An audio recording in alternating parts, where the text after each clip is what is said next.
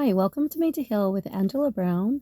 I'm going to talk about a couple of the things that we can do in the emotional resilience book that the Church of Jesus Christ of Latter-day Saints puts out. It is for anybody of any faith, really.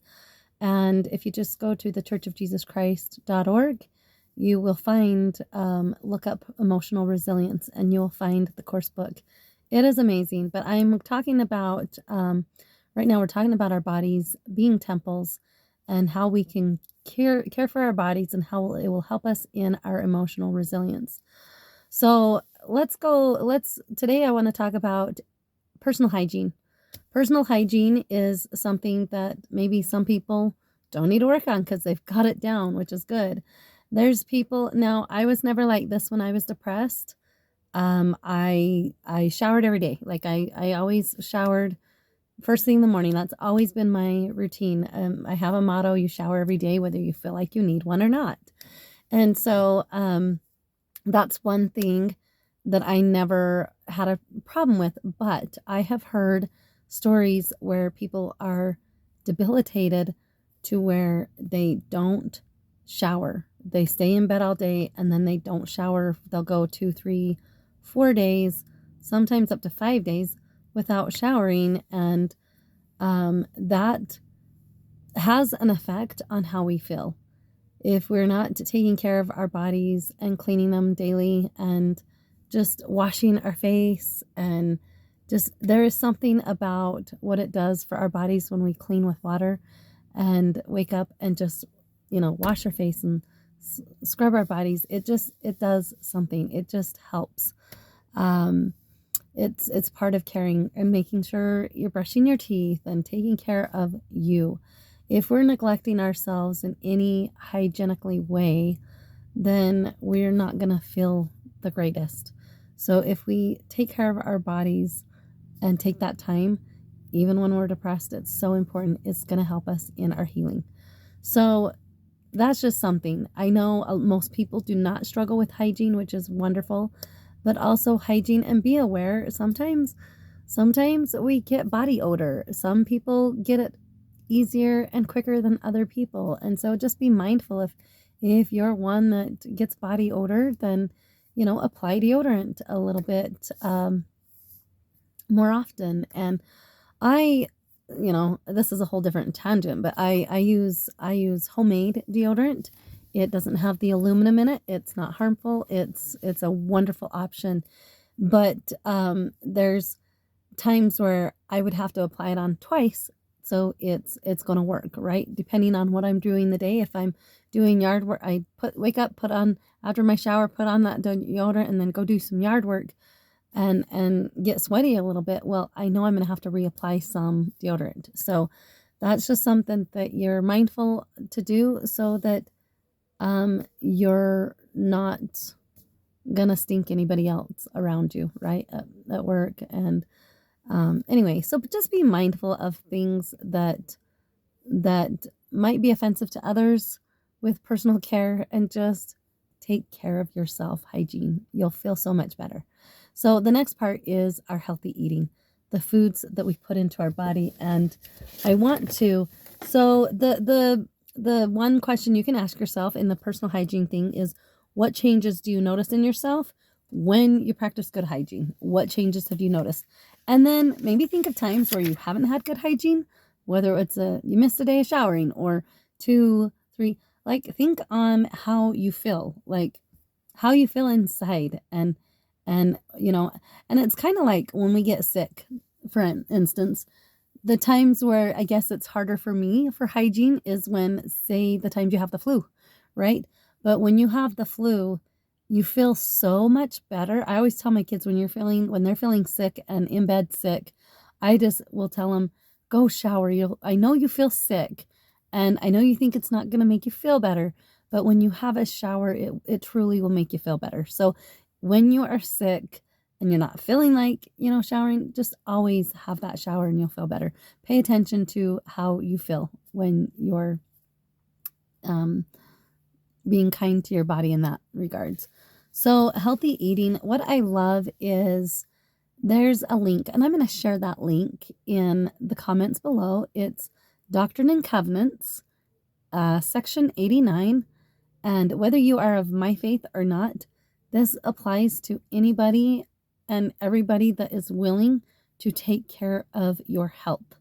It is a guideline. It's not God commanding, but it is a guideline of how it talks about conspiring men in the last days, and how they're going to use everybody around them to get gain, and they're doing it in our food industry. I hate to say it, but it's a beautiful scripture, section 89 of the Doctrine and Covenants, because you can see it was like foresight over 200 years ago of things that have been introduced into our society. There are over 10,000 chemicals that did not exist 50, 60 years ago. There are over 10,000 chemicals that have been introduced, and they haven't been tested for human consumption properly. And so we have all these new foods and preservatives and all this stuff. And yeah, does it taste good? Absolutely. But the conspiring men of our time have made sure that they create food to where it's addicting. They want you to keep grabbing in that bag of chips. They want you to keep, going for that soda refill. They want you to be addicted to their profit or to their product so they can profit from your addiction. And they are created to make foods very addicting. So the closer we can stay to whole foods, taking care of our bodies, if you refer to 89, section 89, it has a beautiful layout. If you are someone that is overweight, this is a beautiful layout to follow it to a T. If you are, maybe you're not overweight, but you're very lethargic and don't have a lot of energy, this is a great guideline to give you that energy. So what it basically does is talks about what's good for our bodies, what's not, herbs and grains and different things, and what's good for the use of man. But it has a particular little saying in there, and it says to eat meat sparingly. Now, sparingly means very little, hardly any at all. And also, the next verse, it just says meat should only be eaten in the times of winter, cold, or famine. So what happens to our bodies? So I've studied health for a long time, but what happens to our bodies when we eat meat in the summertime? It just putrefies in our system. Meat doesn't process as well as in times of winter and cold. Meat heats up our body. That is why if you're going to eat meat, eat it in the wintertime, because it fuels your body. It gives your body the heat, right? But if we're doing it in the summertime too, it's not a good idea, honestly, in my opinion. I mean, it lays it out there in the Doctrine and Covenants that a lot of people, even people of my faith, do not follow the Doctrine and Covenants. Like I said, it's not a commandment, but it's there for, hey, if you want health in your body, if you want to have longevity, if you want to be healthy, stay away from eating too much meat. And a lot of people in our society many people are eating meat for breakfast, lunch, and dinner, day in and day out, 7 days a week. And it's so hard on our systems. Meat has a lot of acid in it, acidity, and it is hard. So we don't want our pH to be on an acidic level. We want our pH to be more alkaline. So staying with lots of fruits and vegetables, and the greens, especially greens, are so good. And it is important that we feed our bodies so good.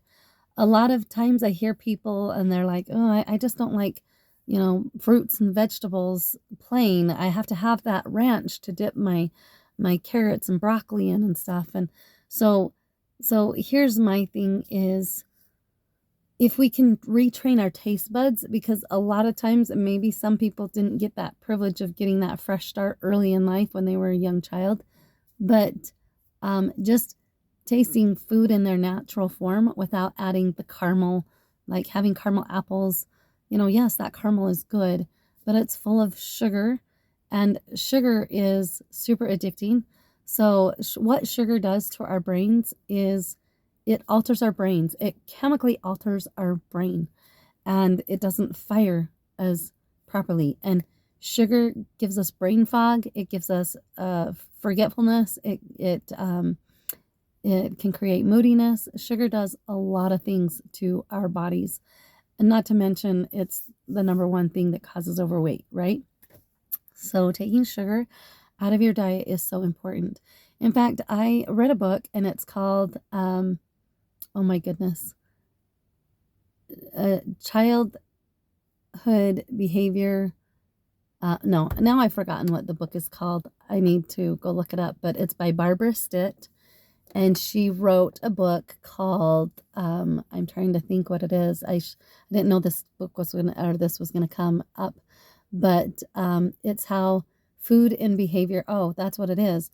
Food and behaviors, a natural connection, or something like that. There's a natural connection between food we eat and our behaviors. And she goes into this scientifically of what sugar does to the human brain at any age, babies, small children, and adults, and what it's doing to our minds. And she pretty much said sugar is child abuse. Allowing your children to have sugar is child abuse. After she went through the extensive study of what sugar does to the brain, she says it's flat out child abuse. Well, I guess we're all guilty of child abuse, right? My kids have had their fair share of sugar. I have had my fair share of sugar in my lifetime, and I am just saying I have gone on without sugar for, let's just say 2.5 years. I haven't been completely sugar-free. There's just been this times where I'm like, you know what? One little bite. I'm just going to try. That was so nice of my neighbors to make that plate of cookies. I'm going to just have one cookie, let the family eat the rest and enjoy. But very minuscule, right? Very minuscule, but I pay for it later. So what sugar does to my body, I don't know what it does to yours, but I'm getting older, and I'm in my late 40s, and I have found that sugar was numbing me from my fingertips to the bottom of my shoulder blades. I would go numb. Like I would wake up numb in the mornings. I couldn't feel my arms after I'd woke up from a good night's sleep.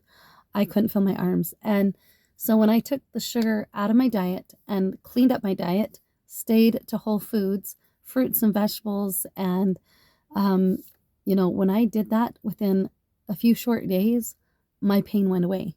So sugar is important for our bodies, yes, but we only need sugar in its most natural form. So honey and pure maple syrup are great alternatives, and stevia is another alternative for that sugar substitute.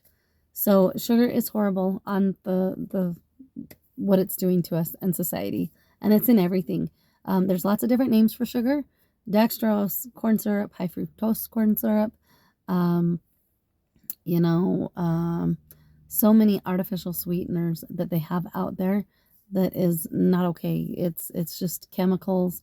It's sugar altered in a different way, and it's bad. It's bad for our brains and our minds. So it does, what you do eat literally affects the way you feel. And I had one lady say, really, you think what you eat affects the way you feel? That's the most ludicrous thing I've heard. And you can't tell me that you've never gone out to eat somewhere and felt sick afterwards, whether it was at a fast food restaurant or somewhere and the food did not set right with you.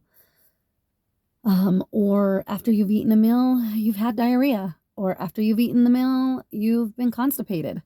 Or after you've eaten a meal, you just feel tired, sluggish, not good, like, oh, I can't believe I, or maybe you overate something and your body's paying for it. There's a reaction to everything that we eat, whether it's a good reaction or a bad reaction. Pay attention to God within, Christ within, because our bodies talk to us all the time, and it's so important to improve our bodies. We all have areas to improve our physical health, the healthy eating, what we can do. And so One of the questions that is in this book, it says, what are some ways we can better care for the body Heavenly Father has given us? And what can I do? Am I drinking enough water? Ask yourself. Most people are not drinking enough water. Are you drinking enough water? Are you drinking lots of sugary, sweet drinks? A lot of people are like, oh, I'm thirsty, I'll go through to the soda fountain and get a drink there. That's depleting you and making you even more dehydrated. A lot of people aren't hydrated enough. So it's important to drink whatever your body weight is, divide it in half, take that and drink that in ounces. So your body needs that much water. And then it, just think of the habits that you might have and just slowly replace them. Everybody can do it. A lot of people are like, oh, I don't know how you do what you do. It's impossible. Like I could never do that. And I didn't like hearing that from people because I'm like, don't put me on a pedestal. It's not that it's easy. It's not that it's not that I'm above anybody for being able to do this. I don't have any superpower. Willpower isn't a superpower. It's just something that it comes from within, right? A lot of prayer. But willpower is necessary to make those changes, to go, you know what? Okay, this, and this is not helping my body and it's making me feel sick. So it's not that no one can do it. It's, will anyone do it? Will you do it? It's not that you can't do it, because I hear all the time, I could never do that. And that's a lie. It's a lie that you're telling yourself, that you can never do that, because you can do anything you set your mind to. And so think about something that you want to improve upon in your diet or your water intake, and you can do it. So, and just find good, clean water. Maybe you're not drinking, people don't like water because if you're drinking tap water, that's not the best source, depending on where you live.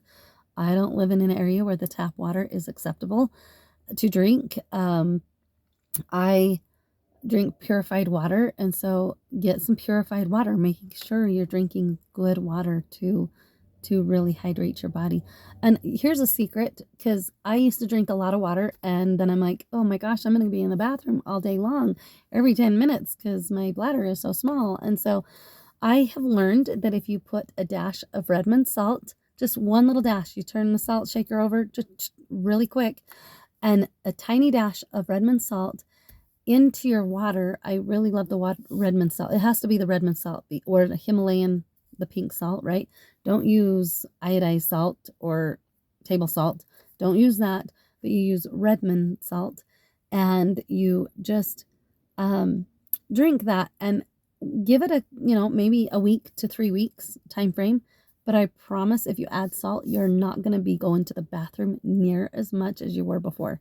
So it helps your body absorb rather than pee it all out really quick. It helps your body utilize that water that our bodies so desperately need to rehydrate all the cells and everything. So it talks about a symptom of an eating disorder would be to focus on food and exercise to the point that you can't concentrate on other aspects. There is such a thing as going to the gym too much. There is such a thing as being obsessed. Now, if you find that your eating habits are limiting your activities or impair your health, then that's when you need to seek medical help. Now, there are people that are allergic to things, and they absolutely can't have things, or it's going to make them physically sick or, be very detrimental. And I happen to fall in that category. So if you are lactose intolerant and you should not do dairy, by all means, do not do dairy. It's not, it's not saying, because I have to put a focus on my food a lot, like making sure I'm staying away from things because I want to feel good. There's so many things out there that make my body feel sluggish and tired and not good. But if you want your body to perform in the best that it can, look at your diet. So my dad used to teach me growing up, like, hey, our bodies, like, think of a sports car, the most awesome sports car you would love to drive down the street. It's a nice car, right? You wouldn't put the bottom of the line fuel in it. You would want to put the best fuel in it for that car so it'll run at its optimal prime, right? You want to put the highest grade fuel into that sports car for it to last long and do you good. Our bodies are the same way. We need to fuel our bodies with the best possible foods so that we can get the highest performance out of our daily tasks. And so, how we eat definitely affects the way we feel emotionally, spiritually, mentally, and then physically. And when we're physically not feeling good, that, especially if you have physical ailments of any time, whether you get headaches all the time, stomach issues, whatever it is, if you've got physical, maybe overweight, maybe underweight, if you have got physical issues going on, then that's time to address your diet. What am I eating? What am I consuming? Drink, food, all of that. And then what can I add to fuel my body better, and what can I take away? So it's so important to listen to our beautiful, magnificent, glorious bodies. They are such a true gift, and honestly, they're not ours. We belong to God. We are children of God. And so let's take care of our bodies. They're sacred. And so it's a daily effort, right? It takes work. It takes conscientious thinking if you want to feel good. And our emotions are very important. They let us know how we're doing. And so when these emotions come up, I'm a firm believer our diet, the standard American diet, which is sad. It is a sad diet. If you are on a standard American diet day in and day out, you aren't going to feel good. You're not going to feel good spiritually, mentally, or emotionally. You're not going to feel good, or physically. It'll catch up to you down the road sometime or another. So it's so important that we listen to those emotions, and they play a huge fact on how we're feeling. And so that will help us. And instead of turning to food to handle our emotions or different things, it's important to do other things. A lot of the times when we feel hungry, do you know what that means? When we're like feeling hungry, a lot of the times it's our body wanting water. So start with a glass of water. When we have that, I want to eat a snack, go for a drink. And if you're crabby or irritable, having mood swings or whatever, add water. Like I've had to remind myself, like, okay, every time I go in and pass the sink, I'm gonna have my water. Or what I do is just carry a water bottle almost everywhere I go to help remind myself to stay hydrated. It is that important to stay hydrated. So anyway, just your body is precious. Take care of it.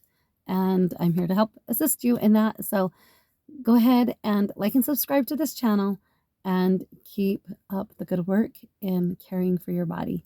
God bless. Bye-bye.